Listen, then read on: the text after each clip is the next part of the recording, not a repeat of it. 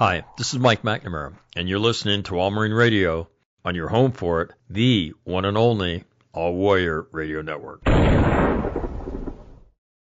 It's been a long time, and so I thought that since I moved, I published one book, I'm getting ready to publish another one. I thought I would give Grant a call and see if as I begin to do more on All Marine Radio, if he would come on, and very graciously said he would. He actually happens to be in the United States right now. So, Grant, welcome home, and thanks for doing this. Oh, sure. It's always fun. All So I was right. wondering if I would ever be asked again, but now my life is I complete. don't know. It's You have turned into. I mean, you know that All Marine Radio made you a household name, right? And then now I see Steve Banyan. You're on all these other shows. It's like, holy shit, Wall Street Journal carries some of your stuff. So you become quite the what would you call yourself now? like I'm a blowhard. I've become like one of these people my parents used to invite to Thanksgiving dinner. And Exactly. I was in World War II, I was in World War One, whatever. And I'm part of the commentariat. I commentate, You are. and I'm a I don't know what you call. I'm not sure anyone listens to me, What but what I is do. your Yeah. so when you're introduced, what would they how would they introduce you? So if I'm introducing you, I would say a former United States Marine Corps intelligence officer, retired colonel, and was out in the Pacific when nobody was out there. Before the Pacific, when the whole world was focused on the Middle East for decades, Grant was out in the Pacific doing Pacific things. And now the whole world's turned to the Pacific. So if that would be my introduction to you. How would you introduce yourself now that you're a talking head, so to speak? Probably like a blowhard. No, I'm part of the commentariat that commentates on, I write and talk about Asian affairs and Asian Wow, defense there and you that sort go. of thing. And then you try to rattle off a few of the things you've done to give yourself, so people don't completely ignore you. But, the State Department thing, the Marine thing, lived in Asia 20, 25 years, worked with the Japanese military, etc. You're desperately trying to be taken seriously. Loves You loves mentioned, to loves to write about Japanese organized crime. oh yeah, that's he's sort of the Cliff Clavin of There you go. Japanese organized crime. There you go. I was on it was like a documentary, I think by Vice TV or such like just Hmm. recently. And they sat me down for about 8 hours and asked me Yakuza questions. Oh, really? And yeah, it was up in they, yeah, it was up in New York, and it was pretty, it was, it was pretty good. But the Yakuza, you find that they're actually their average age now. I would be like a young guy. Um, Really? yeah, so they've sort of aged like the rest of Japan, but there are still Yakuza, but they don't join up formally. And so it's all very different. So I'm becoming on the verge of some guy talking about like the Italian mob in, They just 1989, Yeah, New York. when was the last time you heard La Cosa Nostra, Yeah, yeah, right? Until the NBA got involved with them last week. And it's yeah, like they're yeah. still they're still Yeah, around. I was actually very pleased to hear this, to see that the mafia is They still still around. exist. So I'm in danger of becoming one of those guys. The But I and still, you're also an author. I mean, tell everybody, the title of your book and where they find it. yeah, I had a book written, published a couple of years ago. But it's still very timely. It's called When China Attacks, A Warning to America. And I was asked to write it, and I thought it was going to be a couple of weekends at my double wide down in New Bern, and with a manual typewriter and a stack of typing Right. paper and some coffee on the burner. But it was much harder than that. But it's giving my take on China, and what they intend to do to us, what they're doing, and what we do about it. It's on Amazon. It's actually done very well. And in fact, one of my favorites was Steve Bannon described it as his favorite book in this genre. No And kidding. he's described it as this in your grill. That's how he put it. And so I was pleased to get that, but it's just done pretty well. Uh, And All right. Well, let's talk. So the president's yeah, headed west, and with great fanfare since he's come into office, and really probably riding a series of successes. And there's still a lot of people that don't care for him. But I will tell you this, the things he's done, both domestically and internationally. And I know a lot of people don't like it, the whole tariff thing, but I'll tell you this, if you don't understand the tariffs, then you're ignorant, right? When you're the only player that's playing by the rules of globalization, you're stupid. Okay. And what globalization has done to the United States is it's gutted the middle class. And the United States is great stability, right? Throughout, right? Since we've become a major industrial player, is our middle class. And when the middle class goes away, you get a two-tiered democracy, and that's not good for anybody. And so, look, you know, um, Kmart, Target, Lowe's, Home Depot, right? They have brought you China's industrial might so that you can get your soccer ball for $4.99, right? Well, you know what? Maybe you'll have to pay $7.99 for your soccer ball. Okay. And that's not a bad thing if it keeps the nation stable. And so if you don't understand, that you cannot allow other nations to simply gut everything you have, you know, um, if you don't understand that, then you probably should go to your local community college, right? Watch some videos on YouTube so that you can understand, how world economics work and what happens when you export major industry after major industry overseas. Okay. And so to me, when I saw it, I said, most people won't get it. They don't understand it. But to China, right, who is depends on American markets for much of their gross domestic product, the whole tariff thing, could you give us a Chinese perspective on tariffs, Grant? well, you can always tell what China doesn't like and doesn't want you to do because they'll tell you. They don't like tariffs at all because they have got to export. And they have got to export in order to earn real money, in order to earn dollars, because the Chinese currency isn't of much use overseas. Nobody really wants it.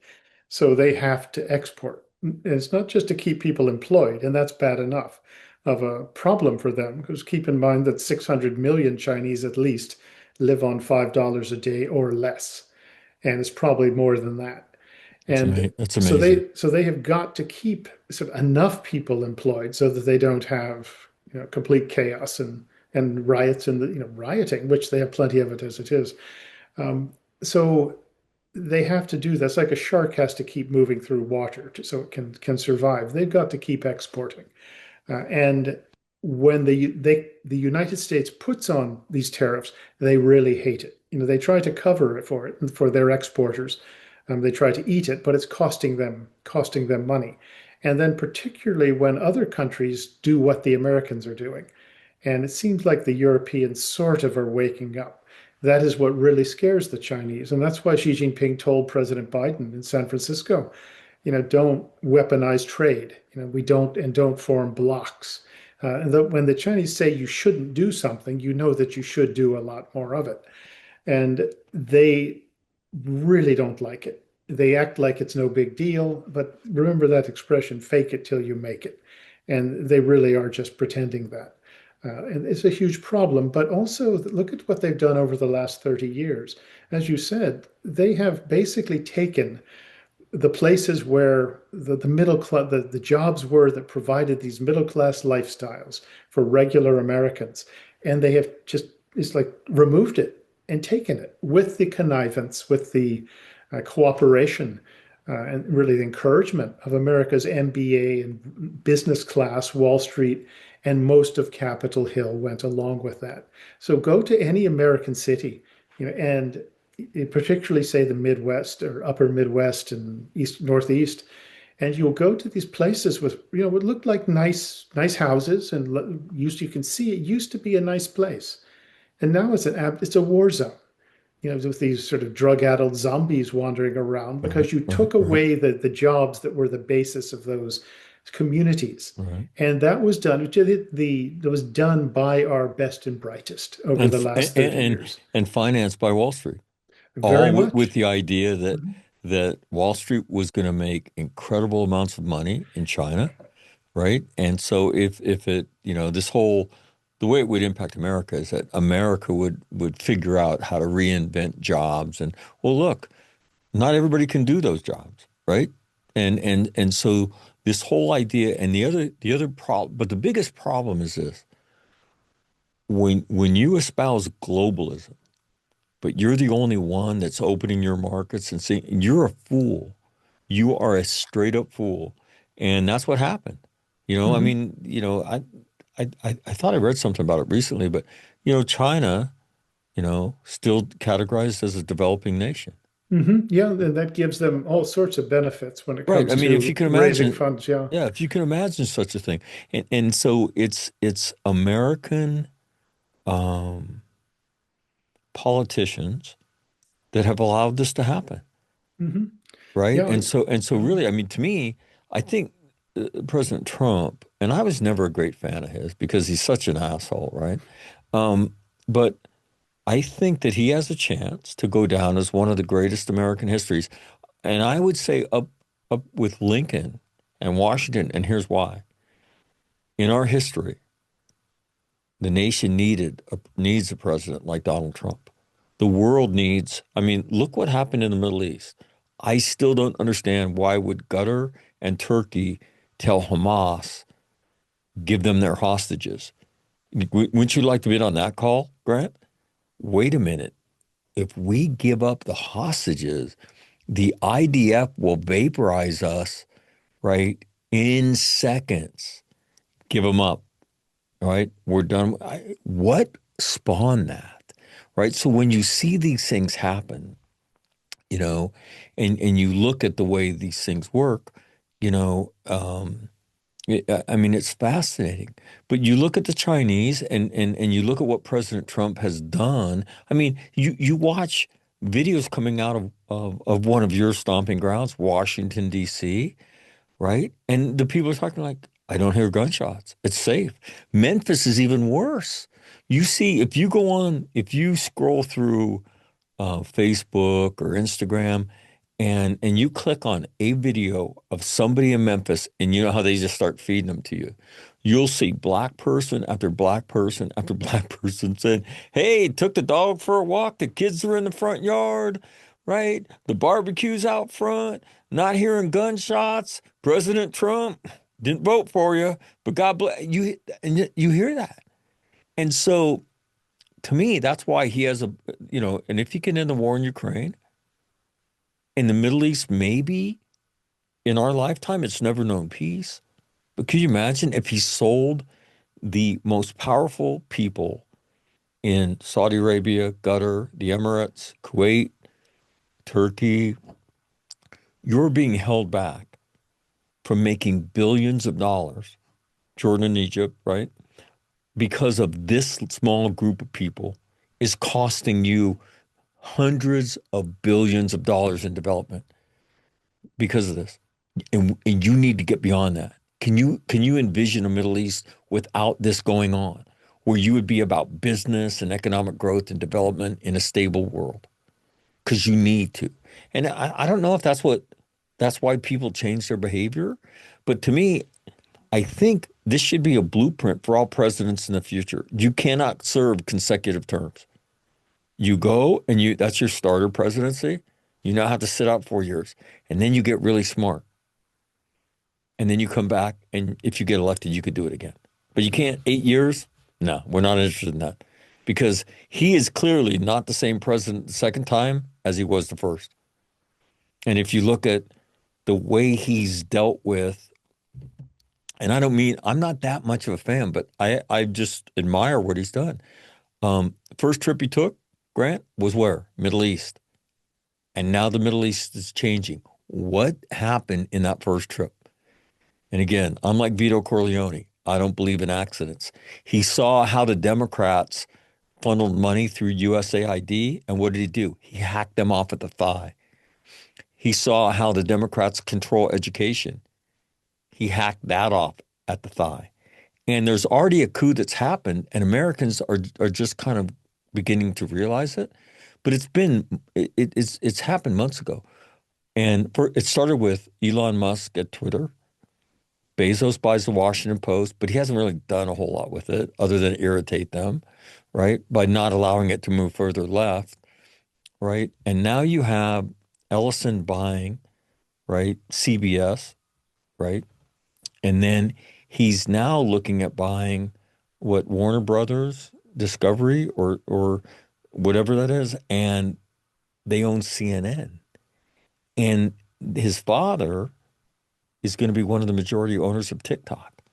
Now, could you imagine if they just push the media towards the center because that's the best place for it to be financially?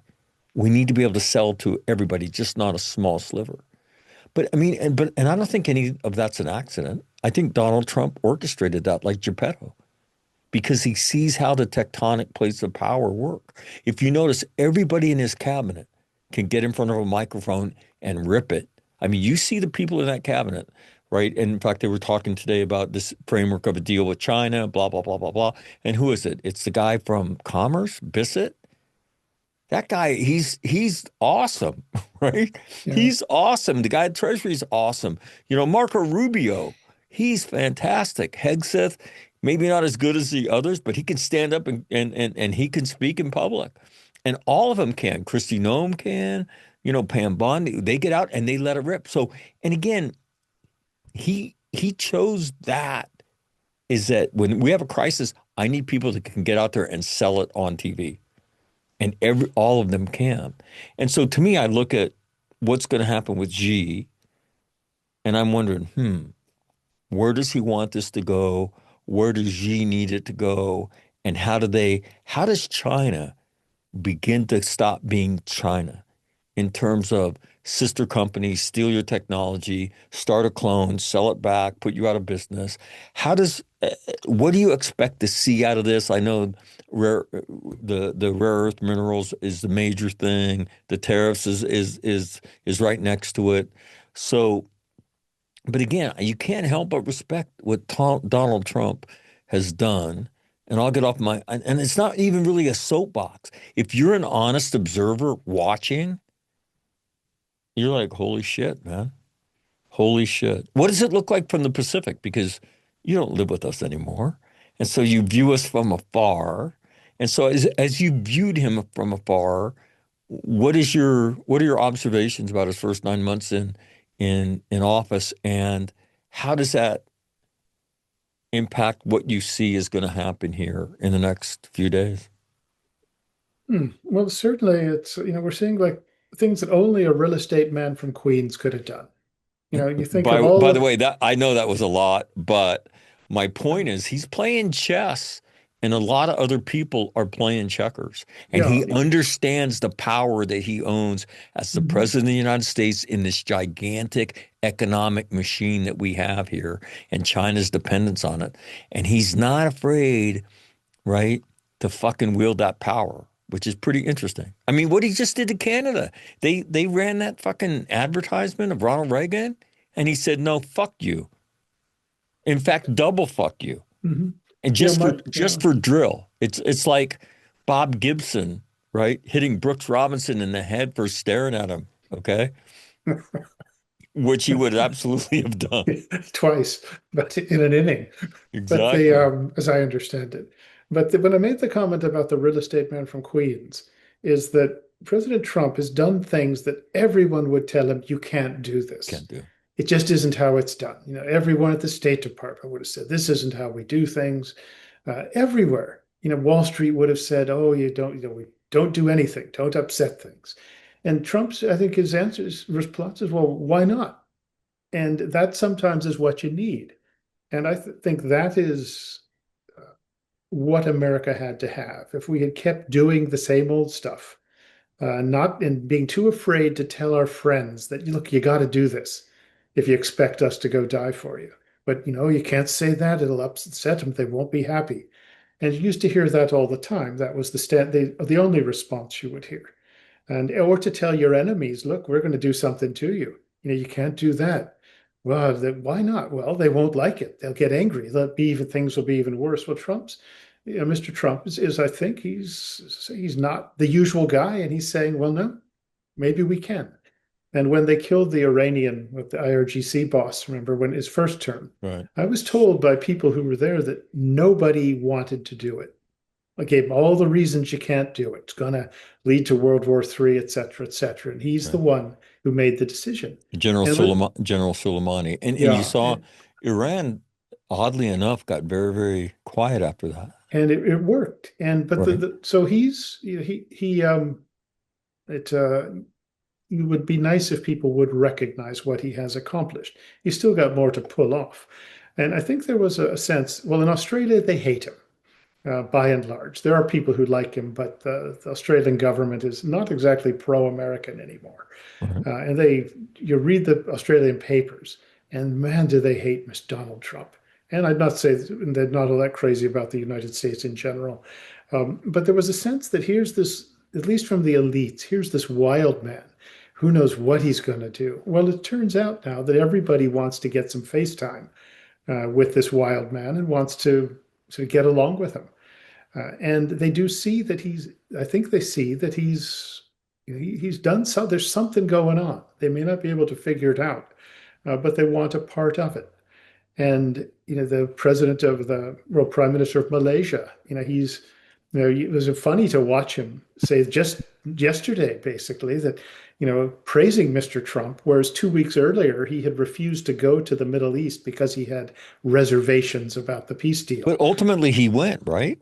Because Uh, he went and he spoke and he was in glowing terms. And then, did you see but the president dancing in front yeah, it of? looks like me dancing, but yeah, I sort of said Doesn't matter. I know, but I will tell you yeah, what, if you want to uh, watch some very funny shit, go on Twitter, Instagram, because when he does that dance, people get on and they do it. And it's just the yeah, worst dance ever, but it is some hilarious yeah, shit when you see people imitating him. And and he loves it. And he loves it, yeah. which is which is interesting. The again, the whole that's why to me I'm curious about your thoughts. So you see this version of Donald Trump. I mean, the guy, right, who piled on with Israel to Iran because he knew that had to be done. I mean, you talk about if the hit on Soleimani, right, caused some anxiety, what do you think the hand wringers were doing? And again, maybe he doesn't have them in his cabinet, but your peers in terms of the intelligentsia of the Beltway, I was right? just horrified. He's this vulgarian, and remember when the Biden team came in and said the adults are in charge again. What Well, the God, fuck? the adults. Yeah, I'm surprised. Another 4 years of them, and I don't think the Republic would survive. The first, I mean, seriously, when you now yeah, see the stuff that they've declassified, Hillary Clinton, maybe one of the, if not the greatest, one of the greatest political criminals in the history of our country. What Barack Obama did and what those intelligence guys did, I mean, and none of yeah, them will probably go to prison, yeah. but I mean, it's been astounding to watch, and just the fabrication of shit because they were trying to keep political power, and then to me, the people close to President Biden knew that he couldn't do it. And yet the auto pen stuff Yeah, and his wife, I mean, what the hell, man? yeah, What are you like a distant relative of Joseph Mengele? Like just say he can't do it anymore. But oh no, that would mean giving up power. I mean it's been astounding to watch all that. And then you see him like Joe Biden. I mean, when Obama helped him off that fundraiser stage, that's the president of the United States. And then Trump, what he holds a news conference every day, right? And he does all that. I saw him when he get asked. I think somebody asked him. And I can't remember what the event was, but they asked him about, hey, do you think it's legal where you have to go to Congress, to declare war on these drug cartels? And he says, no, I don't think so. I think we're just going to kill some people that are trying to kill hundreds of thousands of Americans, and we're going to be okay with it. Yeah, no arguments from me. But back to the couple things that when I mentioned the adults, remember this was Uh, particularly the foreign policy crowd that said they've got it. Well, remember Jake Sullivan, the National Security Advisor. He hmm writes an article in Foreign Affairs magazine saying the Middle East has never been more peaceful, and because of us. And then 2 weeks later, October 7th happens. You have these guys who sit back and let the Chinese spy balloon fly over America, do everything it wants to do, and then say, well, there's nothing to see here. And then finally it's shot down when it doesn't matter. And then they do an investigation and they refuse to release it because half the stuff in there was American hardware. These people, it's surprising we survived. The Chinese loved it, the Russians loved it, and but America was not well served. But back to how things look in the Pacific. well, and Um, again, and in particular, this version of President Trump going after the whole tariff thing, and then yeah, after the Chinese raised the stakes with the rare earth minerals and all the rest of that stuff. Um, what does this showdown look like, and how does it end? Because Donald Trump knows China needs him more than he needs China, right? it, And it's not like 90-10. I mean, maybe it's 65-35, right? We become very dependent on the Chinese, certainly, mhm. but Xi needs the American market to sell into, or else his economy is in gigantic trouble. And Well, so, how yeah. does this play out? Well, it's going to be interesting because, as mentioned, like most countries in Asia, actually kind of sort of gotten used to Trump, Mr. Trump, and the Japanese glad to be friends with him, want to have a good relationship. Just go down the list, the Philippines as well, like him.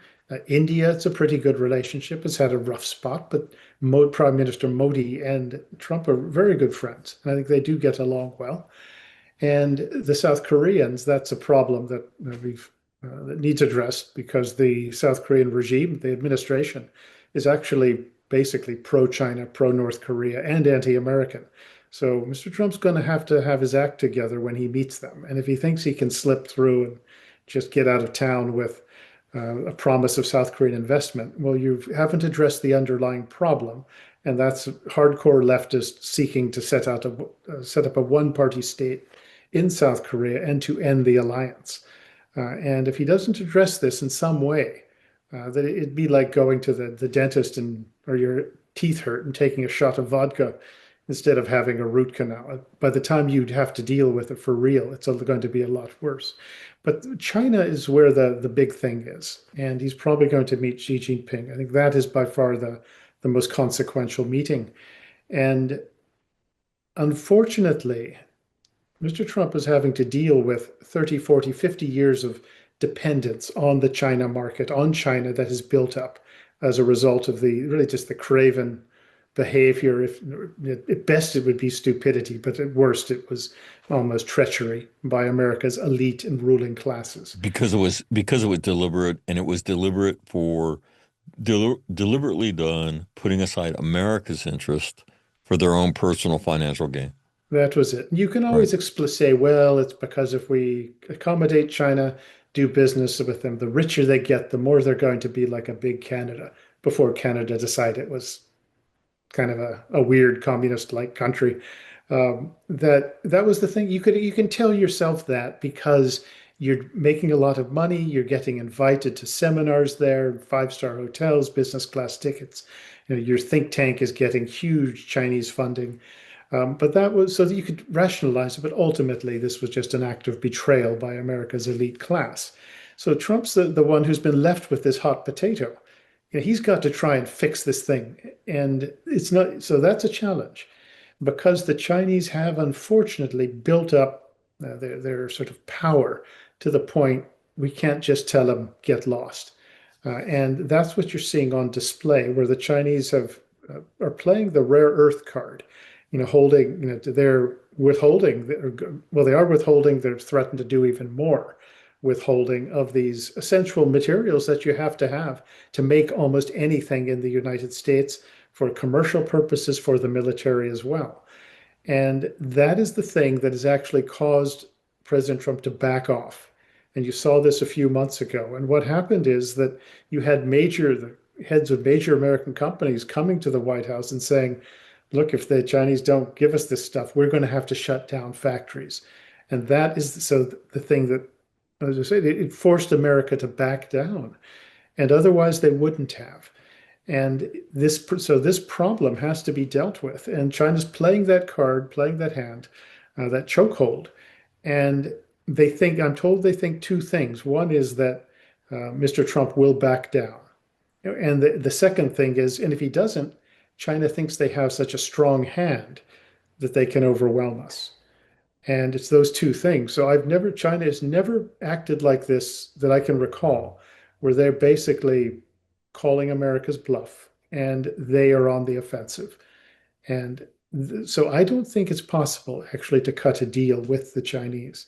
I think ultimately we're going to have to really just break off from them and split into two blocks, really a free world block and a non-free world bloc. I think that is where it has to go. And I think there's kind of an understanding in parts of the Trump administration about this. Of course, Wall Street and the business class will go kicking and screaming, but they're not going to have any choice, Right. actually. So So, that's where so what do you expect out of this meeting? That there'll be some kind of deal relative to tariffs and rare earth minerals, uh, and then on a parallel course, the United States, and they just announced an agreement with Australia, will go elsewhere in the free world to find its rare earth I minerals. think that's what's going to I think is going to happen. I think they will announce something that looks like a deal, but as a Right. practical matter, it doesn't solve the underlying Right. problems. It'll be a band-aid, If right? that, As but as well, I mean, that's again, if the yeah, United States is at all savvy, then that's what you would do. And Grant, it's not like this issue has not been discussed, and it hasn't that this very course of action by the Chinese, right, has not been forecasted and discussed and talked about. At some point, right, they have you by the balls, and they're going to start squeezing them because you played into this, right? yeah, we gotten ourselves into this fix. It's not just rare earths; it's pharmaceuticals, Right, for right, example, which a lot of right. people use to stay healthy. Chinese were dependent on that for huge amount of Chinese production for that. So this is something to say. There's not a deal to be cut with the Chinese, and Right, the Chinese communists are going to act the way they always do. It's like a dog licking itself. It's what right, it does, and it right. can't help it. And so that isn't going to change. There's no deal that we can cut that is going to change Chinese behavior. There's a Chinese expression which is "you die, I live," and they are out to destroy us. And they've been very clear about it. We just choose Right. not to believe it. So I think they'll at best come out of it with something that they call, at least the American side calls it an agreement, and go away and go about our business. But with the problems not resolved, we're still fighting, and each side is going to keep its leverage. They're not going to use it just yet, but I think there will be there. I'm sure the threats have already been made from the U.S. side, but it's not going to solve anything. But the long term, right? Uh, So to me, the rare earth minerals thing is a near term and midterm issue because in the midterm, you can begin to supplant what they provide and you can find other sources for those things. Their dependence on American markets, though, where do they find that kind of demand for Chinese goods? Right. So to me, when you look at it in terms of the longer term vulnerability and the reasons the Chinese would say, yeah, look, we're playing this card, but they can take this card away from us how many years would it take us to develop those sources? I'm not sure, but that would be set the stopwatch to that. Our dependence on their markets for the stability of China. that's a long-term thing, You right? know, it's not so. I think that we could probably get off of the rare earth dependency quicker than people think. You hear 10 years, 20 years, 30 years thrown out there, but Mm, America always does things a lot faster when it right. puts its mind to it. Well, and And I'll tell you what, when you dangle enough money in front of it, in fact, I made, I don't know, 3 or 4 trips up to Montana this summer, speaking and things. Um, and there are people in helicopters all over Montana. And what are they looking for? Rare earth minerals. yeah, I was going to actually mention that just the tailings in these abandoned mines in Montana have Boom, a ton of stuff in it. And boom. all they've got to have is the permission to do this. Right. And so I'm actually fairly optimistic of what we can do. And there's a little histories of interest here. You know, the Confederate States of America, remember them? You know, in 1861, they put a ban on the export of cotton. So the Northerners couldn't get it, and the British couldn't either. And the thinking was that Northern industry will complain to Abraham Lincoln, and the British especially are going to put pressure on them, and that will help the Confederate States. So what the British did was they said, okay, and you can grow cotton in Egypt, and they developed the Egyptian cotton industry as an alternative to the South. And these things don't always work the way you think they will. And that's what I think the Chinese are going to find out by having, I think, played their card too soon and in the wrong way. That you could, for you, if you find the free nations get frightened, there's a lot they can do very quickly, and we can do a lot in the United States if the will is there, the sense of urgency. And I'm not. I hope it's there, but I'm not quite sure that it On our is. part Yeah, to find alternative. Yeah, again, it's like what you see in Europe relative to, and again, I think the president has been extremely, I mean, it's been very interesting to watch, right? JD Vance goes over there and just lets it rip. And yeah, then but you're watching the events in Europe and the immigration that they've allowed, the birth rates of Europe, which are very, very low, the birth rates of a lot of Muslims that they brought in are not low. And you see, Muslims telling them in 20 years, this will be our country, yeah. right? And you It's see Elon Musk retweet stuff like that and say, he's not wrong, right? And so when you look at that, and then they are behind Ukraine, right? And don't seem to be, I don't know, they don't seem to have a plan. They don't have any military might that they can put behind. They sure as hell talk like they do, but they don't have shit, Well, the right? British could send all 25 of their tanks, and Right?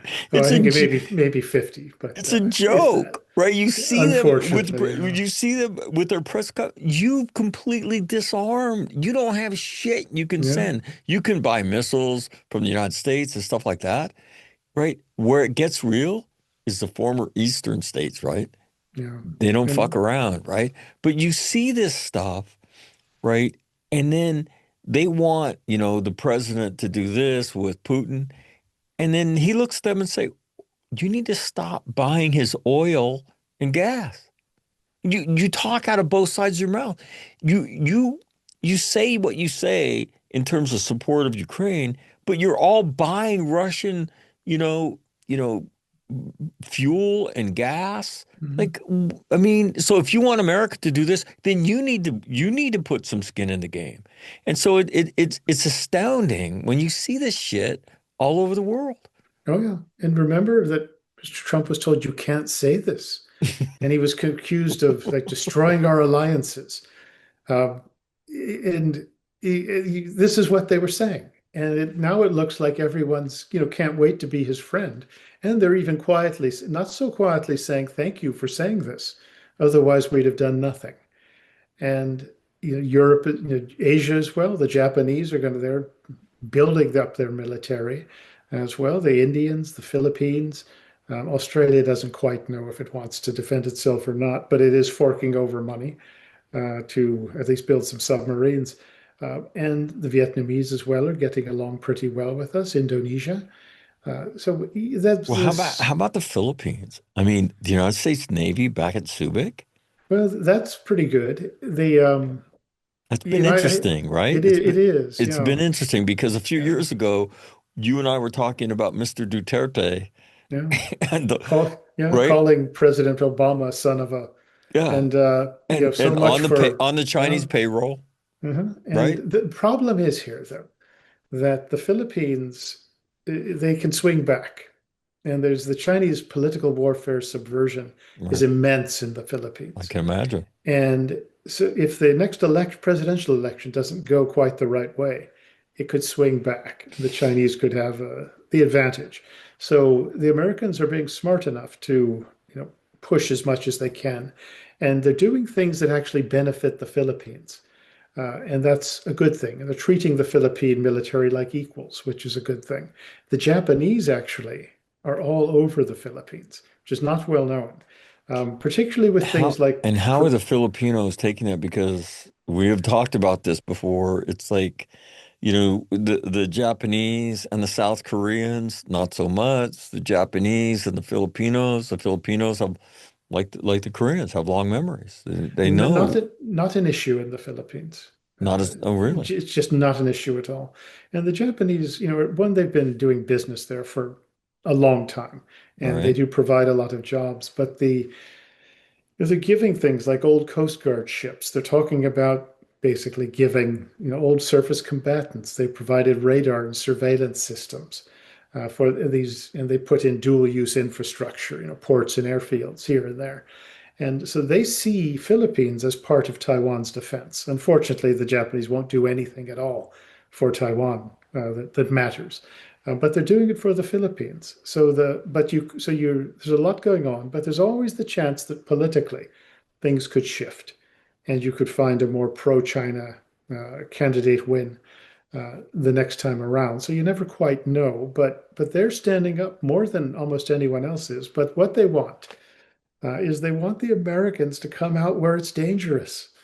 For everything we're doing, all the exercises, etc., where it looks like there's going to be some, going to knuckle junction, the Americans are nowhere to be seen. And Um, so, just so in case people have forgotten yeah, the geography of the region, yeah. where specifically do the Filipinos want the Americans to go? They want them in Philippine maritime territory, in Philippine waters, where the Philippines have, what do you And call what it? exactly do they want the Marine Corps there? Do they want the Navy there? They, Do they they want want both?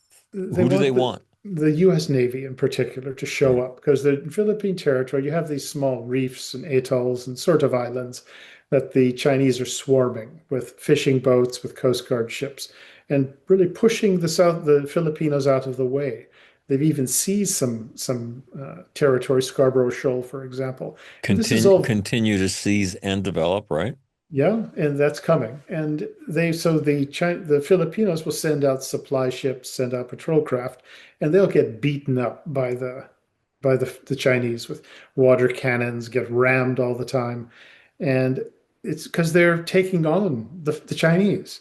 And the And then Americans, there's the Chinese fishing fleet, oh goodness, yeah, that's which is really an adjunct of the Chinese right? Navy. And the Americans are never around where the bumping takes place. And at some point, we're going to have to do that. It's a miracle nobody's been killed. And what the US side says, and unfortunately they still do it, is they say, well, the treaty only obligates us to do that, to defend the Philippines in the event of an armed attack. And you use that definition of armed. Well, nobody shot anybody, so we don't have to do anything. But the Filipinos notice it. And they are wondering, where the hell are the Americans? Yes, they're all around, but they don't come out where it really matters. That is And a chronic lament in the Pacific, yes. it I mean, is. we've seen Yeah. it in all the different things. I mean, Guadalcanal, right? I mean, you look at all the different Yeah. I mean, I don't know how long ago you said this on this show, but it's like, look, it would not take much effort or interest, right, to show these small island nations that we do care, that we want them, but we just don't do it. And the Chinese want it, right? They want to be beyond the first island chain with a presence, with familiar relations and stable relations, and they want the United States out of those countries, and they're doing it. But again, what puzzles me, much like what you're saying, we're not interested in doing it. Look, we might not, but like the Filipinos want us there. We all know how, I mean, when we had no presence there, we looked at the Philippines and said, God, if we could ever get back there. So the question is, hey, what do you want us to do? Well, do you think you could do this? Yet we don't entertain it. I still don't get it. I don't understand it, but you mentioned Guadalcanal, and that's worth talking about for a minute. That's in the Solomon Islands, and Guadalcanal was where obviously the battle was in 1942. The first one that really stopped the Japanese, Mhm. besides the Australians on the Kokoda Track in New Guinea. But this was the first step really in America's Major. march back to Tokyo. And the Chinese in late 1910s, they had insinuated themselves in Solomon Islands, and they got the government, through bribery, etc., to switch recognition from Taiwan to the PRC. At that point, China's claws really got deep into the place, and there was one guy who really took the lead in trying to stop this, and he was the governor of one of the provinces called Malaita province. It's across the water from Guadalcanal, Mhm. and is a guy named Daniel Suidani, and he was an elementary school teacher. And I was actually acquainted with him, and I just, I'm even just proud to have said that I think he said I was a friend of his. And he was as honest a guy as you will ever find. And he didn't want one, he didn't think Taiwan should have been dumped, but he didn't want the Chinese, these atheists, in his place. And he knew what happens when they come. The timber disappears, Right. the rapes start happening, the corruption just is everywhere. Local businesses are all driven out of business. So he and the local chiefs actually made an announcement saying, the Aoki communique, saying that no Chinese investment in Malaita province, and we're not going to have it. And the Chinese that put him in China's crosshairs, and they basically got the president who they've bought off with, and the Australians have allowed that to happen. They got him to actually just pursue lawfare against Suidani, make his life miserable, and he, Suidani tried. And his very good colleague who was with him. They even went to the United States to try to explain what was going on. And I was in a meeting held at the State Department with him and his colleague and some very senior State Department officials. And they didn't want to meet him because they didn't want to get the pro-China government angry. So they met him in a tiny broom closet of a room, dark. They didn't give him water, and they lied to his face. Come And they on. did. They didn't know that these guys would know that they were lying, and they just told lies. And it was embarrassing. And that is about the best the State Department could do for these guys who wanted to really keep their country free.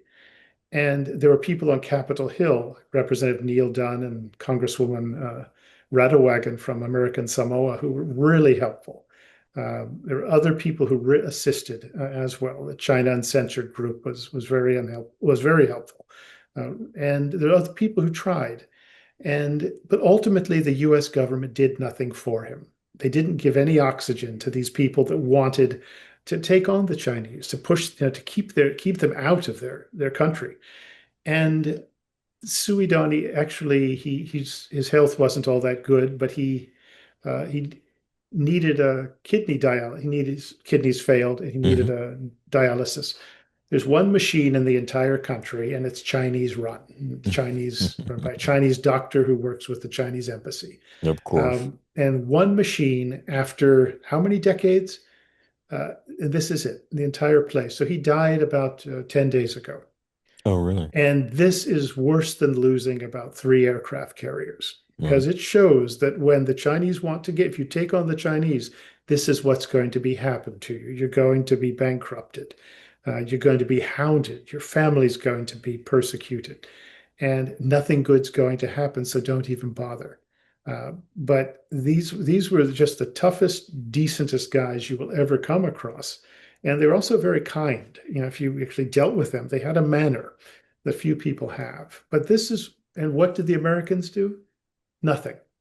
Um, and I don't the understand. Australians were even worse. They kept the pro-China uh, prime minister in office, and they knew he was laundering money through Australian real estate. They knew it all. They did Mm, nothing about it. In fact, they sent the military to keep him in power when there were some riots a few years ago. But my point is that throughout the Pacific, what you're seeing is this lack of attention on the part of the United States. And if you ask US Indo-PACOM, there are people who are aware, but most of the response will be, well, someone else's responsibility. If you ask, and in the Biden administration, at the end of it, the Congress called in the State Department official responsible for something called political warfare. And they said, well, tell us about your political warfare program to take on the Chinese. And his answer was, could you define political warfare for me? The Chinese are killing us on this battlefield. And more recently, and closer to home, in Saipan, or Commonwealth of Northern Marianas, where Saipan is, right. you have a very pro-China constituency in the political class that has taken Chinese money. And they also made about $1.6 billion in COVID relief funds disappear in the late after the COVID hit and for the next few years. And they were taking Chinese money from this Chinese casino.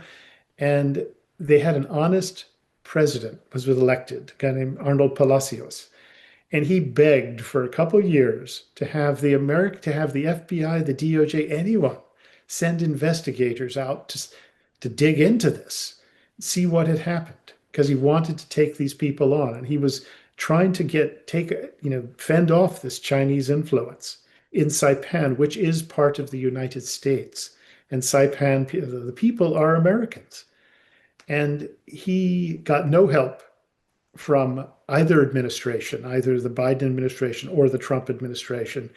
He died about a month and a half ago.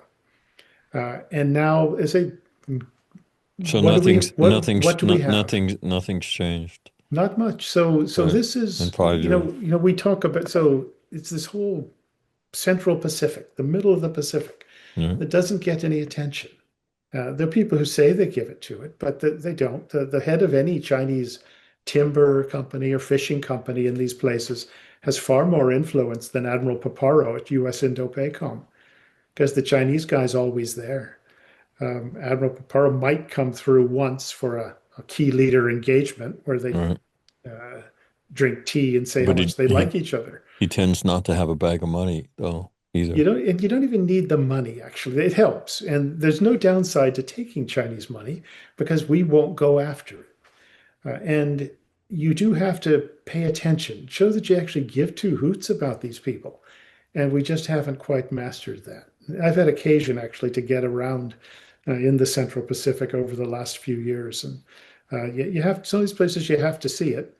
The Chinese are building an airfield on Wooley, this little atoll in Yap. And the US government had no idea, apparently, it was going on. Took a Canadian reporter to actually explain, tip them off as to what was going on. So we've got our work cut out for us here. But the Chinese are on the offensive, and it is this political warfare now. But they're just setting up for the kinetic part if that's even necessary. So there, you've So if we go back to the President Trump Xi meeting, um, do you expect some kind of compromise where the United States has to give because of the rare earth minerals? China's got to give because they need our markets. So we'll both have a piece that allows us to say, yeah, this is a good deal. And then we'll go back to this kind of détente where we'll fake it in public. And hopefully the United States will turn its rare earth minerals and the other economic yeah. dependence issues that we have, and truly turn them away from China and become more strategically self-reliant. So, I mean, is that what makes sense for both countries to do? Is some form of détente where we know we need each other. We'll sign an agreement. We'll push it to the center, and then we'll fake like everything's okay. I think that's more likely to happen. That's probably the Mhm. most likely outcome of it. But it is not going to solve anything. And what people are worried about, like me, well, people like me, is that we give up too much. If we say give up, say relax our technology export controls, for example, that the Chinese are going to take full advantage of that. It probably benefits them more than is healthy. So I hope we don't give up too much. And particularly, I hope we're not fooled by their promise to say buy soybeans from us and think that's a great success, because it's not. I think that because they will allow us to take control of TikTok, other than the most important part, the algorithm, that's a win. If we accept those as some sort of an achievement, I would find some other negotiators. It would be a huge failure in that case. But the one thing that I'm very curious to see happen is that President Trump has said that he's going to ask, the first question is going to be about fentanyl that has killed well over 500,000 Americans, and it's injured 10 times as many since about 2013 or so. And they says that's going to be the first question he asks Xi Jinping, because it all comes from China. China knows it. China could stop it. China gives tax breaks to Chinese companies that export fentanyl.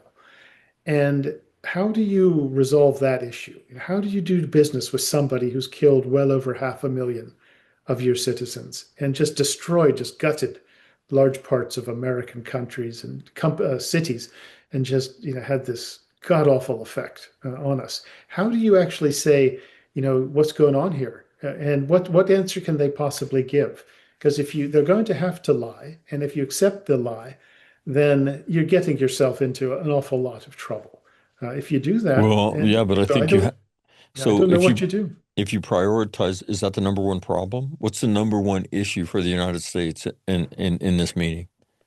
It's not fentanyl.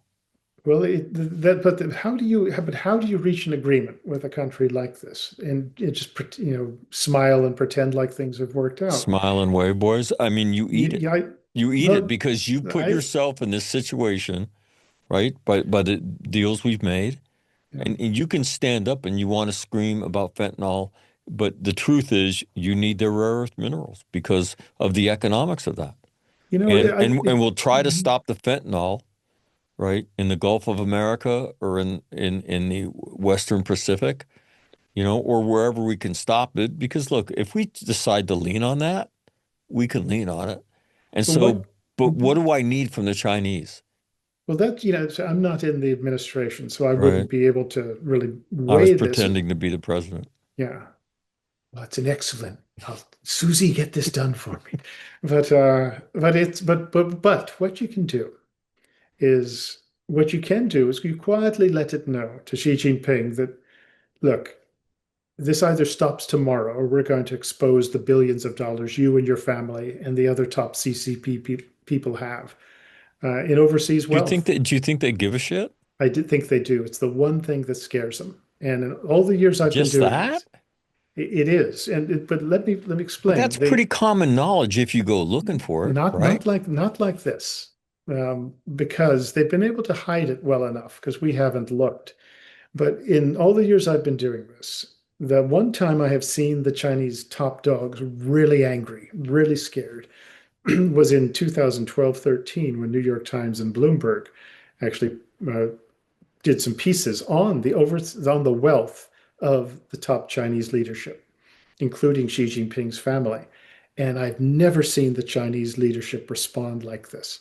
And Bloomberg rolled over, the New York Times rolled over more slowly.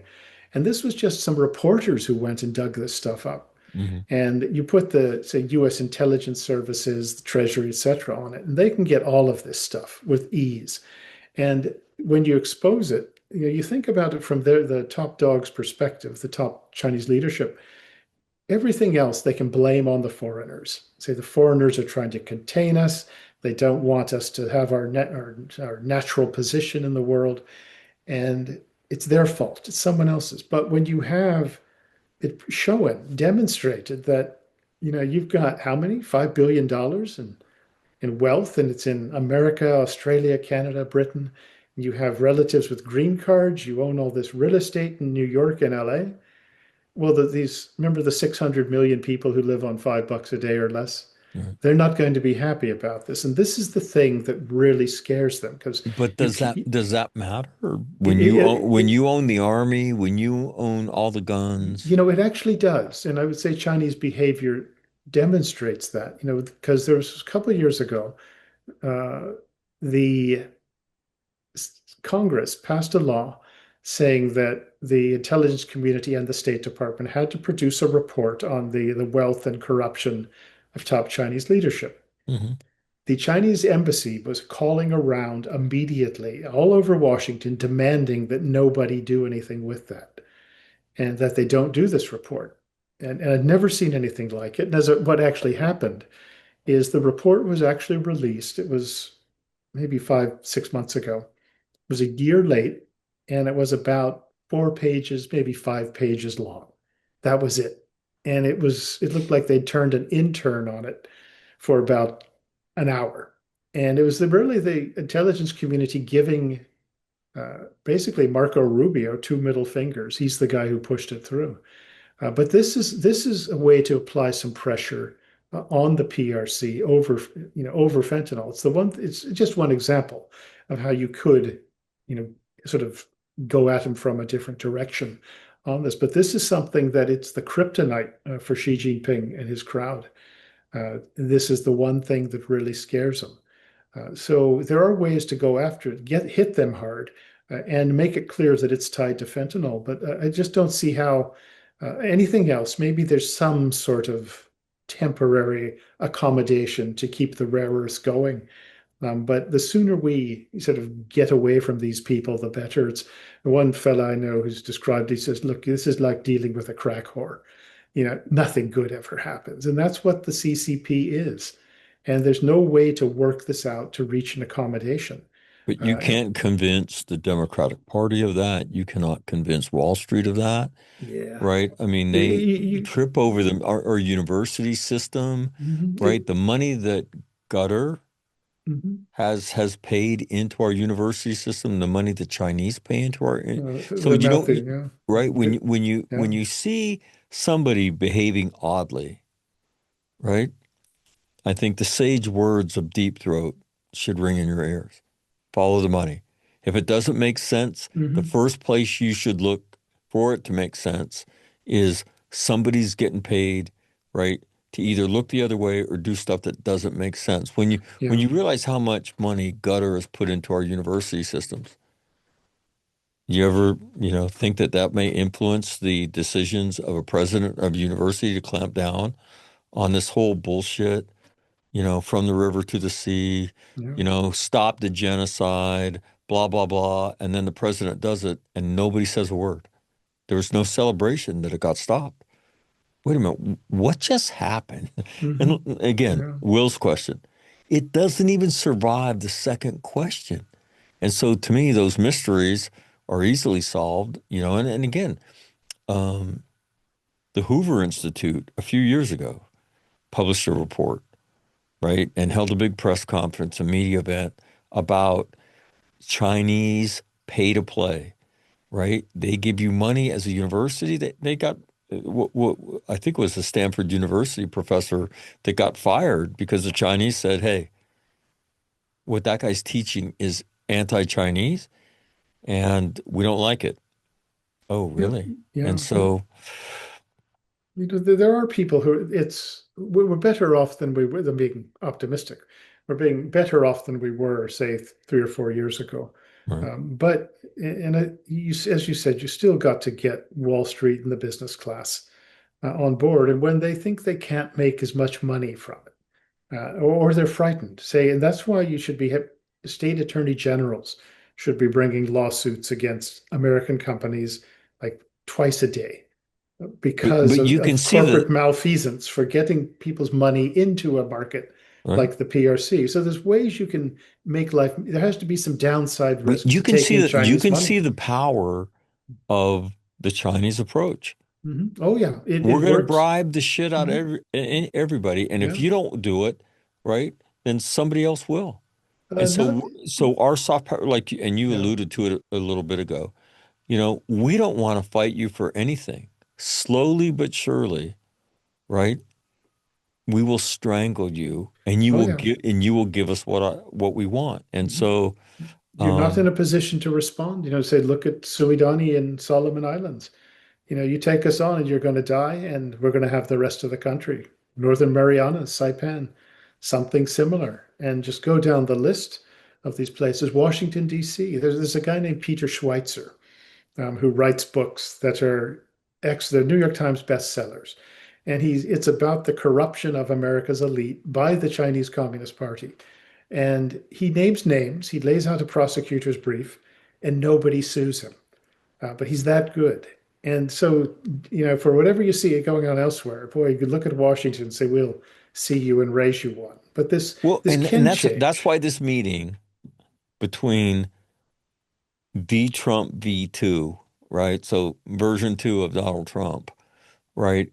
Coming off, coming on the heels of, you know, the Middle East and all the different things he's done, right? That's why to me it's going to be fascinating to see I, I what comes out of it. I think so too, because Mr. Trump understands the Chinese. Right, He's got no illusions about them. He says all sorts of things, but right. he's from New York, and they say all sorts of things. It's not. Yeah, don't pay That's attention to any of that. it. That's how to me, Well, everyone's but you like know what that. he understands. You know what But Trump but understands in terms of, Grant, the whole art of the deal, right? And he mhm, looked at Zelensky and said, "You've got no cards to play in this." yeah, And you know what? What's interesting since then is the Ukrainians have developed cards that they're playing, and they're slowly but surely destroying Russian, right, refining mhm, capability. And Putin, what does he do in Russia? They're already rationing gasoline. He already can't export it as much as he did, which he needs for the same reason you said the Chinese use it, because that's how we get currency. That's how we do it. And that is, who said, look at Russia as just a giant gas station? Who said, Lindsey Graham or somebody said that a few years ago? And so Zelensky has developed a card to play after Trump said, you've got no leverage. And so to me, that's what he understands. He understands leverage. And so to me, that's why to me this meeting is going to be very fascinating. yeah, And it, then also on the backside of it is, and it was interesting that he announced a deal with Australia before he went, right? Almost like he threw up and in on just so you know, right? You need me more than I need you. I need you in the short term. You need me forever. yeah, And they, so, yeah. so it'll be interesting. Yeah, I wonder, it's, as you say, fascinating. I wonder if I wouldn't be surprised if he goes and nothing comes of it, and he comes away pretty angry or acting angry, and that he says, "Look, I tried, but you've seen the Chinese." I wonder, because he knows these people. And they stiffed him the first time around, but he's been writing about China for a long time. So I'm And he's curious, and just he's watched it. He's had friends yeah, they put out of mhm, business. And if yeah, you noticed, he did the same thing with Putin. Everybody accused him. yeah, And now, again, what he's doing is he's yeah, holding Tomahawk missiles over Russia's head.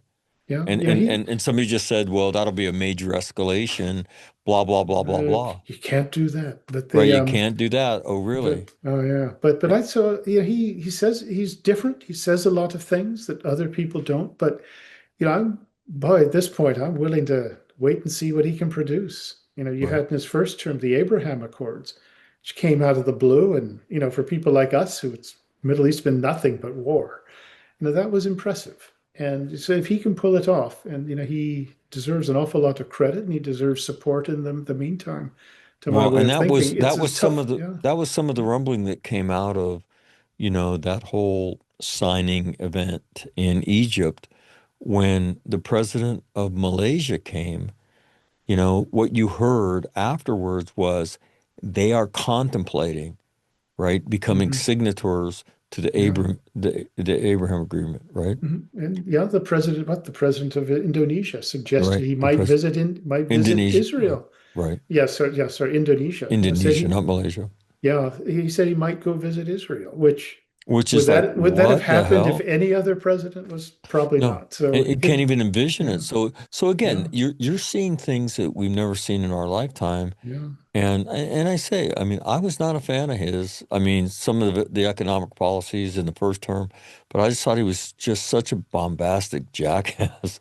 I mean, but he is yeah, not. And again, you and I both know a bullet going through your ear changes a lot of life perspective, yeah, right? yeah, And yeah. I do believe he sees himself as somebody that is here for a purpose for the United States. And so we'll see. And he's not, and like Yeah. you and I said, he's not afraid to piss people off. No, I've actually heard him speak about 4 or 5 times in the last 3 or 4 years. Hmm. And to my great surprise, he's one of the best public speakers I've ever heard. Well, he's horrible sometimes when he's like meandering through and then he Like that, muses. I'm told when he followed up Pete Hegseth, but the times I have seen Yes, he him, was awful. Hey, the, what did yeah, you think of Hegseth's speech? I mean, to me, I watched it and I thought, you know what, if I wrote a speech for a Secretary of Defense who would never give it, right? It would be a speech like that. Hey, this is uh, where we're going. This is uh, what we're doing. To include when he says, and you can put your hands on recruits. I yeah, was like, oh my God. yeah. Oh my God. I suspect that the audience was incandescent. You could have probably powered a large town with just Well, I I mean, mean, the they were the anger. ones, they were they in that room are the high functioning conformists, Yeah, 90% of them that implemented all that DEI shit. And then they walked out of that speech and they said, I mean, you heard the comment on the Marine Corps. Marine Corps never did DEI. oh yeah, oh yeah. I remember that. Well, boy, What? if a second lieutenant said that, or anyone said that, What? What did he they what would did have he just another say? job pretty Right? fast. It Um, and so yeah, they'll go out and they'll yeah. execute it with enthusiasm because that's what high functioning conformists do. I'm not But sure they after they whisper to the press about this and that. But yeah, I was I watched ended up watching the whole thing. I thought it'd just maybe take a minute. I watched the whole thing, yeah. to think about what I thought of it. And I thought, well, okay, if we all have our styles, but if anyone in this audience who's won a war, raise your hand. Um, well, and nobody, huh? I thought they needed to hear it. Yes, there were some good people in there. And the Marines probably didn't worry about the PT part of it, or fitting into their uniforms by and large. But the rest of it, I thought they needed to hear it. You have these people sitting there who look like Marshal Zhukov.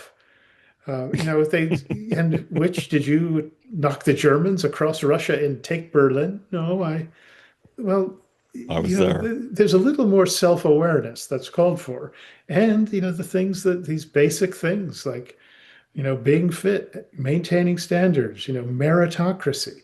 You mean we have to say that? Well, apparently they did. And these are the people who rose up in a system.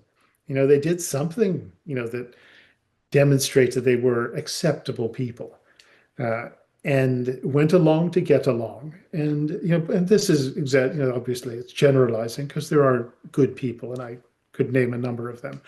No, Uh, no, but but I, again, I thought overall it was a necessary speech. It's it's not. embarrassing it was But needed. that's what a high functioning Yeah, conformist is. He or she is a good person, but they won't say shit, right? yeah, When they need to. We expanded a war that should have been yeah, a punitive campaign in Afghanistan. And we asked young Americans to die, and then we walked the fuck away from it, just like we did in Vietnam. But the sin yeah. in Vietnam, we had never done that before, right? And when you read whose book is it? The general who was what's that book? Dereliction of Duty. No, Hackworth's. Oh Yeah. my Oh no, God. no, no. No, no, no, no, no.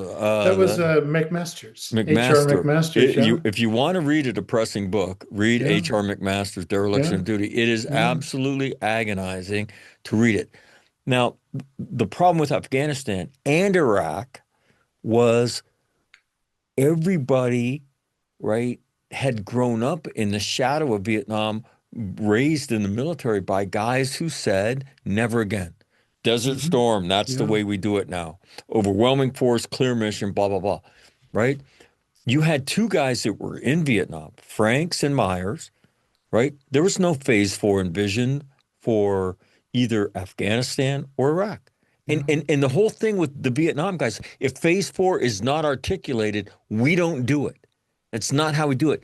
And they didn't do it. They did do it. And so to me, I don't want to get too fired up about that, but that's the problem of the high functioning conformist. Mm. You do your job, you tell the truth. And if at some point they say you need to go the fuck home, go the fuck home.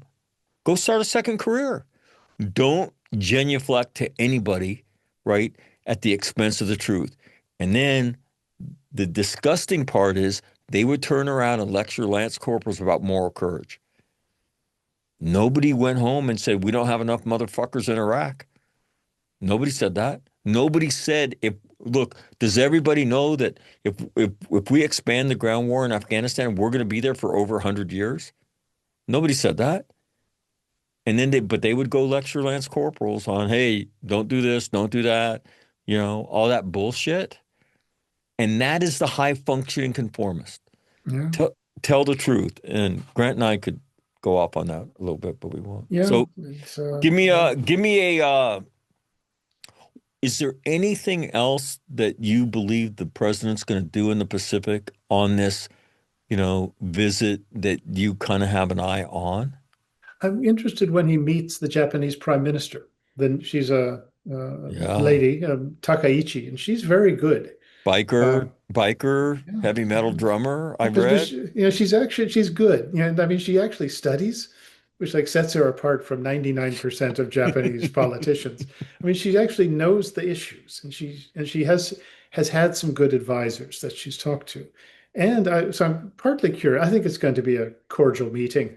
But if Mr. Trump comes in a bad mood looking for a fight, It, he's going to so get one what from what her. what political party is she? She's it's called the Liberal Democratic Party, and these are the guys that have run Japan for most of the decades since World War II. And if she hadn't got elected, I think the whole party would have just disintegrated because Really? it's there's some domestic reasons. But this was Abe's party, and Ah, but it's sort of come apart a bit. But she has a chance to really help turn Japan into something different. She could, in why do you say that? I think And circumstances are good that once they had a coalition part, LDP needed to rule with a party called Komeito, which has nothing in common with LDP. It's actually pro-China, anti-military. And Kometo's senior leaders, actually the Japanese cops used to follow them and find them meeting officials from the Chinese embassy in these out of the way inns in Japan. And they're probably taking orders from Beijing. So try sort of running a country when that's your coalition partner. They're gone. And they've been replaced by some people who are actually conservative and actually like the military. And you have a chance now to, I think, build up Japan's military so it's at least normal and get away from this self-imposed restriction or limitations. And if they take advantage of it and we tell them what we need from them, I think you could find Japan playing a much bigger role than they have, a more useful role. Also, they do have to deal with this problem of missing recruitment targets by 20-25% every year. So the Japanese military is about half the size it needs to be, but they need more people. And one of the things that Takaichi's administration says they're going to do is actually to create a pension system for the military. So if you're in the Japanese wait a military, minute. you don't have a pension until I'm not making this up. And that's something Americans can't quite believe. So what Uh, do you do? You serve and then you go home and hopefully you you get a saved your money? small you get a small lump sum, and then at a certain age you do the equivalent of collecting Social Security. And can you Wow. imagine if you want to shrink the US military, give them the Japanese terms of service? So the Japanese military could turn into something very different than we've known it. It won't be, like the World War II Japanese, but it's a more useful ally. So I'm interested to And it see, doesn't need to be that, right? As you said, it needs to be a useful ally that can yeah, plug into this system that includes the Australians, the and Americans, fight and be willing to fight. right? And And be so effective. right. So that could happen, but I'm interested to see that. And then, obviously, as I mentioned, the meeting with the Korean president. You're meeting a guy that doesn't like you, and how do they actually get along? And does Mr. Trump speak up, or does he just Now, sort now, of Grant, you and I spoke get about out of that there? before we Yeah, came yeah. on, but on a scale of 1 to 10, with five being, yeah, they're neither like they're kind of in the middle of, support and opposition to the United States. It's kind of a transactional event. If that's the center line, where is the current South Korean? Um, and if zero is against America and 10 is in full support, five is straight in the middle, where is this current South Korean administration relative to the way it looks at the United States? About a one or a two. That's how bad it is. Um, Wow.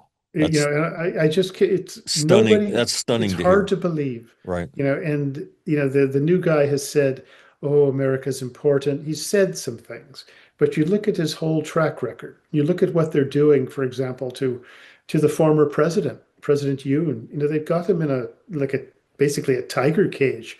He's imprisoned. He's being charged with insurrection, etc. They have his wife similarly imprisoned. They won't give him medical care. One of the former prime ministers, who all he has said is, "Look, we want honest elections." Well, the special prosecutors are at his door as we speak. I've been getting the messages, and it's turning it into a crappy one-party state like Venezuela, like the old East Germany. And these are supposed to be our friends, be our allies who share common values and stuff. So how you have a meeting with someone like that, it's going to be tough. But I don't can't predict what Mr. Trump is actually going to do. I don't know what kind of advice he's getting. But that's how bad it is. It's not going to to collapse tomorrow, but you can see it playing out over time. And I don't, I'm not all even all that. Unfortunately, I've gotten dragged into that business, um, because I feel an obligation to explain what I've seen and what I think is coming with that. But it is about that bad. It's hard for anyone who was involved in team spirit or all of these Yeah. exercises and got on Yeah. so well with the Koreans, and to think that Korean leadership, could be doing this. I was a lieutenant, and the highway that goes up the western side of the peninsula, we would land, right? And then we would head north, right, towards the DMC in North Korea. I think that's Highway 7. I'm not sure, but I thought, Mhm. I don't know why that sticks out in my head.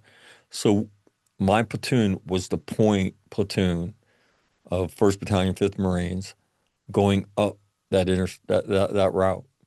We wind up getting, stopped for, not the opposition did stop us. We set and it's raining, right? This cold rain. And this woman, right, who lived in a small village, she Mhm. comes out with a pot full of milk with sugar in it. And she's coming to the Marines who are laying in the grass and she's asking them, "Do you want some?" And then, you're looking at it, you're like, what is, who is that? What is going on? Oh, well, she sees us out here freezing our ass off and she wants to know if we want warm milk. And so I don't know, we had somebody with us um, from, the ROK Marine Corps, the Korean Marine Corps. And um, could you ask her and she said, um, and she was an older lady, right? "I remember when you saved our country. And Mhm. so any chance I get to help, to show you and say thank you, it is what my parents would have wanted me to do and what I know I should do." And he turns and says this. And I'm a lieutenant, right? So I give her a hug. I'm like, "Thank you." And I said, "Would you say thank you and God bless you for doing this?" And I mean, but that's what I mean. So when you tell me, that's and then everywhere you went, this American Korean thing was something they were very proud of, right? And you never felt, as an American, you never felt um, like they didn't want you there. And so to hear you say this is, I mean, Yeah. is pretty stunning. What you described does reflect the thinking of a majority of Koreans, of no matter who they vote for. Right. But it is a fairly big group of very hardcore radicals who have control, and they have a clear plan of what they intend to do. And it almost doesn't matter what the regular Korean thinks about the United States. They can get enough control that they can just lock the place down and try do something about it. You can't, and that's the danger here if it's not addressed now. And we won't even speak up and make a favorable reference to consensual government and multi-party democracy because it's going to anger somebody. Right. And that's how. But the really the affection that and gratitude, really gratitude that many Koreans, and this is of all ages, feel for the United States is moving. Um, but to as I said, to watch what is happening by these people is it's disappointing and it's sad. And as I said, look at Venezuela. If anyone had ever told you it will turn into what it's turned into, they'd have thought you were crazy. And yet it took about 10 years and it became, Well, this but hellhole. the common denominator in all these things is money, right? Is you're just going to start paying people off. Look at Mexico. The drug cartels, Mm. they believe that they own we've paid for Mexico. We own it. What do you mean you're going to try to take it back, Yeah. right? And so you the same way, with China, right? So do these leftists in South Korea, do they ever want for funding? Not No, really, but right? And it's they've got enough. But I would well, suggest I mean, they're the Chinese are not a part of that. I mean, it's like watching oh, all oh, this quote Antifa stuff that mhm, is completely uncoordinated. I mean, again, yeah, Vito Corleone in my head. I don't believe in coincidences. And now we're going to find out that the Antifa's been, mhm, declared a terrorist organization. Who's funding this stuff? mhm. Where's the money coming from, That right? you're right. And That's that's right. how this happens. Yeah. It always happens with you're going to pay people off, right? And then they're just going to be relentless, and they have a message, and they're going to pay other people off, right? With this, And with we don't even have time for you to get into the South Korean election issues, but you've talked about that on the program mhm. before. Oh, is that a shock? No, because that's how it goes. With South Korea, you do find that there is an ideological element here where people genuinely believe in this, what you call it, government of the proletariat, and washed in the blood of capitalists. They believe that stuff. And I mean, there are people who actually believe that. There is, of course, immense Chinese influence here and Chinese subversion, and they work very closely with the PRC. But it's that ideology that is in like the Khmer Rouge, for Right, example. right. And you've got that. But of course, once you get in those systems, that power and position lead to the good stuff. And that's part of the equation as well. But there's an ideological aspect to it, which I think, is frightening. And so we've just chosen not to believe it or not to pay attention Well, to it. and But it's again, not hard. we're dealing with it in the United States. I mean, Yeah, what are the odds that there's going to be a socialist you see how, elected yeah, as the mayor of New York City, yeah. right? And so, how does that happen? And then, again, Grant and I were talking before, you see some of the shit people say on TV and you think, our universities used to teach critical thinking. If you believe that, if you believe that, then that issue can't even withstand the second question, maybe not even the first. And so, like, so what we do, we used to accuse the Soviet Union of this. They don't educate, they indoctrinate.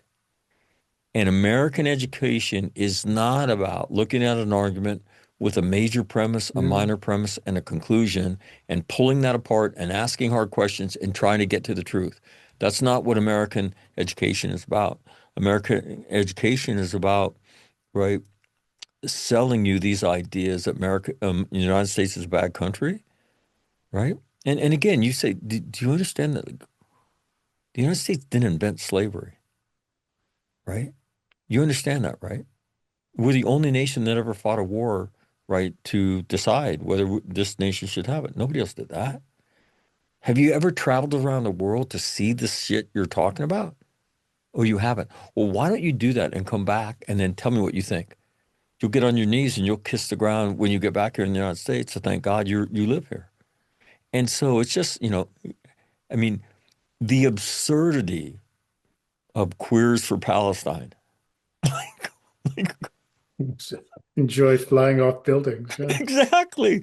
I mean, it is so ridiculous, right? It's absolutely ridiculous. And you see these people, it's like, how do you get this way? And so, but it is, it's a Marxist, right, system, the way we do it. And, and so it's a crazy time that we live in. And so we'll see how it works out. So Grant, well, first of all, Grant, thanks for taking time to do this and Yeah. conquering our technical difficulties from earlier. Oh boy, yeah. But I appreciate it. Yeah. Yeah. Grant has relatively short fuse. I could hear him, he could not hear me. I was And, being nice. and so I was afraid somebody might be listening. so I was listening to him get irritated. I No, was like, it wasn't he's like Red Fox, no, I no, was no. kind And he wasn't of to that, but I was a little bit surprised because he's very even keeled when we do this. But he was experiencing a little bit of turbulence. I thought, oh my God, he's gonna this was snap. He this was a didn't. lot of turbulence. He didn't. The last thing I was, here I was in DC. I was invited just the other day to the groundbreaking ceremony of the amphibious tractor memorial that's going to be put down at the Marine Corps Museum in Quantico, and it was really good, But and so I was there with a bunch, like 100 some Amtrackers, and I even scored this really cool shirt that Alligator Marines. yeah, There the you Yat go. Yas thing. Yeah, the I yes think, thing. and I'm telling you, they could smell the fear. I think from me, but it's a good Just program, for those of you and who don't know, Yat Yas is you ain't tracks, you ain't shit. Okay.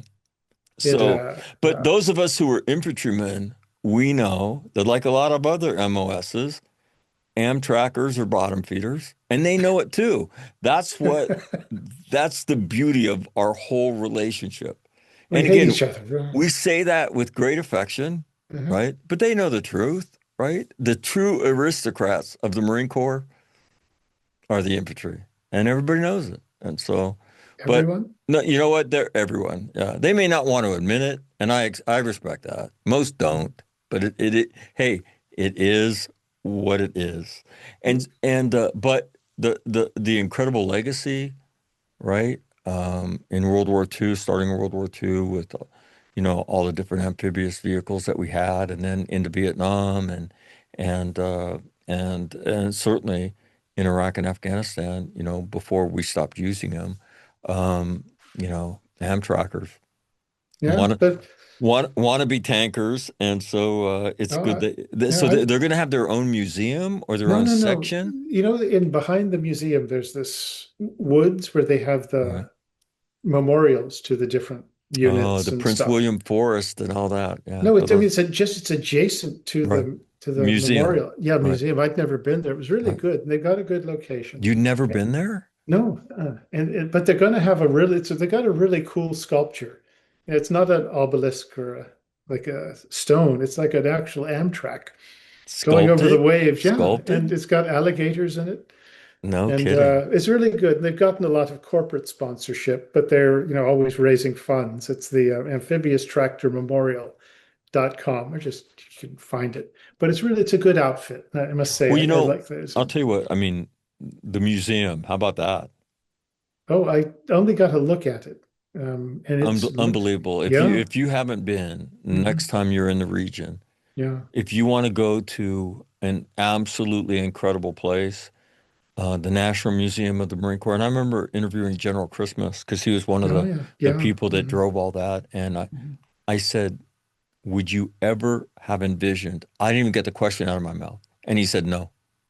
yeah, Absolutely not. He said, we we thought that, Marines would enjoy it and, we wanted it to be something that they could be very proud of. We never in a million years. And he said, Mac, it is, when those high school kids go to, Washington, D.C. for, 6 days or whatever, it is on. It is one of these staple stops now. And he said, and we love that. Yeah. So we're able to introduce them to our history but the things you see there, both Iwo Jima flags there. The no shit flags. One of Hmm. them's on display all the time, Yeah. Yeah. and then just the incredible art that the Marine Corps owns is on display there. They've just opened up, the Iraq thing after great. I don't know why it took so long, but it did. So no, it's an incredible place. So I can't believe you only recently got there, and you didn't even go through the museum. Well, it's closed. Why? The government shut down. So I, this is not that anyone could tell the I difference, I forgot. but they have an excuse not to go to do any work. But Wait a so minute. Is that part of the government? Isn't it run by a I, private that's nonprofit? what I thought, and I convinced myself it would be open. But the reason I went was for the Amtrak Well, groundbreaking why would they ceremony. give a shit about you? You're not an Amtracker. Well, that's how they made me feel. No, they were nice about it. They were very nice. They welcomed I my mean, can you presence. imagine the And absurdity of Amtrackers being arrogant? Like, wait a minute. Like, but no, I was invited to it by the are guys you running it. are So it you a was big are good. you a big donor? Are you a high roller somehow? What's Well, is I keep something? I keep my big monies in the roll, and I occasionally peel off 100. But Uh, I was impressed with the whole thing, and I even went to their golf event the next day. I didn't golf, whoa, but you didn't I didn't play? golf, but I didn't die. Didn't. There's a limit to my embarrassment, but I did. I ate at least, There you go. so Typical, yeah, but it was typical, good. Yeah. typical member of the intelligentsia. They won't play Yes, golf, but they will eat. All right, Grant. we did. Your writings these days, where are they appearing? How do people find you? And again, and give us the title of the book, and it's on Amazon. So give us a Mhm. rundown. How do we find your stuff? Okay, I'm on Twitter or X at Newsham Grant, uh, Newsham SHAM. Grant. Okay. Yeah, and grantnewsham.com will Oh, have some of the stuff. It links to stuff. And then Center oh. for Security Policy. If you look at that and Grant Newsham, you'll find everything that I've written. GrantNewsham.com. Hmm. A little bit of hubris to do that one. If you notice that, all my different websites, I don't have one that says michaelmcnamara.com. Well, I do, but you'll find that I'm When not. are we having the coronation? Is there a Well, coronation that's going to be announced that hasn't been? still, but I was put in my place by the Amtrackers when they all yelled out at the same time. Well, let me just tell you, the Amtrackers with great pride can say intelligence officers are certainly below us in the food chain, and they would not be wrong. Okay, so it is Excuse a me. Yeah, they made me feel that way, but no, they didn't. They say they were nice. Well, actually, I well, thought a only because particular. you didn't provoke them. They certainly, trust me, they certainly, yeah, yes, right? That's some attempt at having this faux pride of being an Amtracker, which I respect. Again, I respect you are where you are in life. And I look, I love Amtrackers. Some of my favorite people are Amtrackers, but we don't get them confused. But an intelligence person, right? You guys are beneath, except when we need you, like you're beneath deployable diesel generator mechanics, okay? Well, is that because I wear an ascot when I'm in Yeah, uniform? Or, absolutely. you know? That's why. It's Okay. the ascot that has got you buried underneath the deployable, right, generator mechanic. So, In terms of who's useful, but, but here's my anyway. unless we need you, That's unless right. we But need okay. some intelligence, and Okay, but here's then my you go. book. Okay, this is the book, Wow, there actually. you have it. I actually had one. That's why I was running away. Yeah, I But noticed that. this is the one that Steve Bannon says is in your grill. So it's got that good recommendation. But Really, I read most of it. I didn't think it was in your grill. I thought you just, I think it's odd for people when somebody actually tells the truth. yeah. It's kind of the emperor's new clothes. Mhm. Whoa, what's that about? Like I'll look at people and say you're never going to get over that. Okay, when you struggle, that just means you're a normal human being. So if you understand A, then you understand B. And oh, by the way, you can still live a great life. Like who are you? Where did you hear that? Oh, my gunny told me that after I saw four Marines get killed, one of them got decapitated.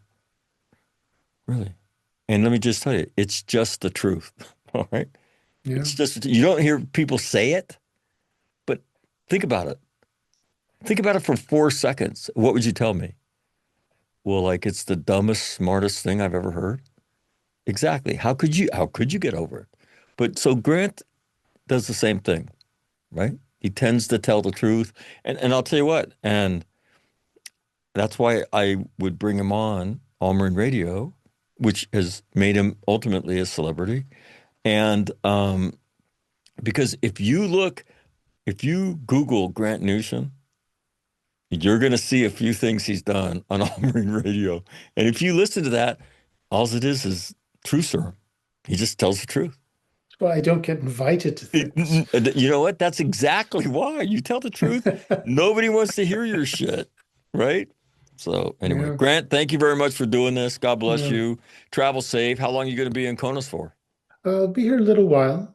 Yeah, I'm not What sure, is that? but What is that cryptic like? I'll be here a little while. What are you with them? yeah, Yakuza? yeah, I La got Cosa, La options. Cosa Yeah, Nostra? yeah, I got options. Yeah.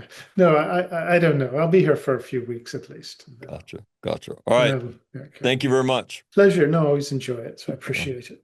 That is Okay. Grant Newsham here on All Marine Radio. So we'll see if we can get Graham back on after all the dust settles from the president's trip to the Pacific and see what Grant thinks. So thank you very much for listening here and more of this stuff as I do more of it. So thank you very much. Have a great day. I'm out.